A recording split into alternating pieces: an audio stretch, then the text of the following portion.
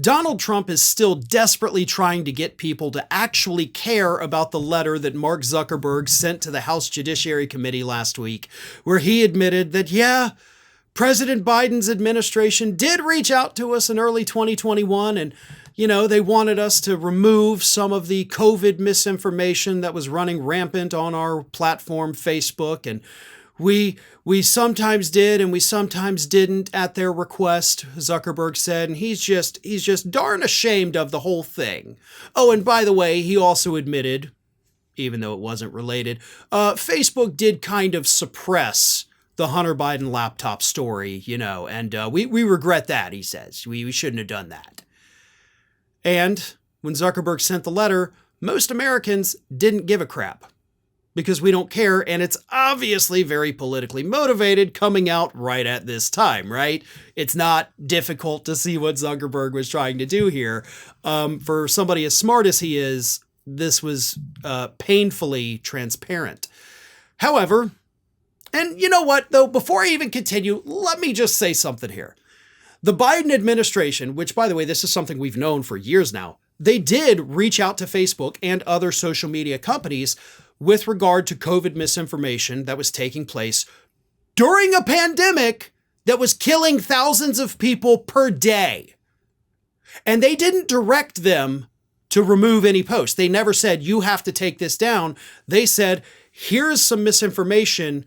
Will you look and see if this violates your policies? Those were the requests. That's not an attack on freedom of speech. That is not censorship. That is the same thing that I, as an independent user of Facebook, could do. I could send in the same complaint. So, no, I don't think it's a big deal. Not to mention the fact that we have something in this country called police powers. When it comes to the health, safety, and welfare of the American public, elected officials actually do have a lot of grounds to almost temporarily suspend constitutional rights, which could also include First Amendment rights, if it has to do with the health, safety, and welfare of the American public. So even if what they did you think was illegal, it's definitely not. So just have that to say about this whole Zuckerberg bullshit. Now, to continue, in response to Zuckerberg's claim that, yeah, we did things and we're not happy about it, Donald Trump got on social media and issued a direct threat to Mark Zuckerberg. He said, quote, Jesus Christ. He would come to the Oval Office to see me and bring his very nice wife to dinners, be as nice as anyone could be, while always plotting install shameful lockboxes in a true plot against the president.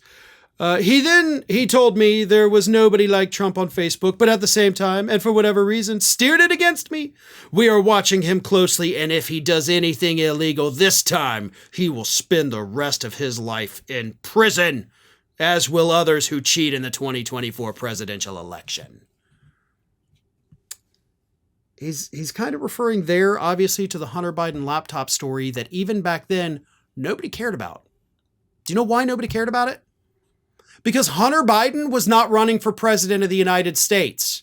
And what was happening with the Hunter Biden laptop story is that people were actually posting private images of him that were stolen off his laptop, which of course is now why a bunch of people are being sued for that, possibly to the point of being prosecuted in the future, as they should be.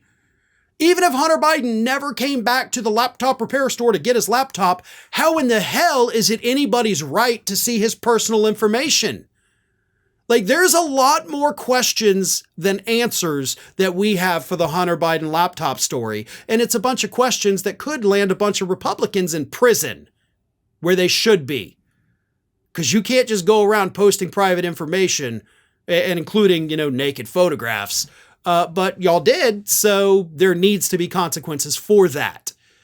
But either way, Trump says Zuckerberg does it again, you suppress a single story, we're putting your ass in jail for the rest of your life. Okay. You said anybody else who attempts to interfere with the 2024 election will also go to prison for the rest of their lives. So I hope you realize if anybody's going to interfere, Donald, it's you and your supporters. And I can promise you, this is one social media post saying these people will go to jail for the rest of their lives. That one's going to come back to haunt you. America's Lawyer has launched its own YouTube channel. Now, this channel, of course, is still in its early phases of development, but you can help grow it by subscribing. Just go to youtube.com/TheAmericasLawyer, and you'll get all of the great content from Mike Papantonio and myself that we produce every single week.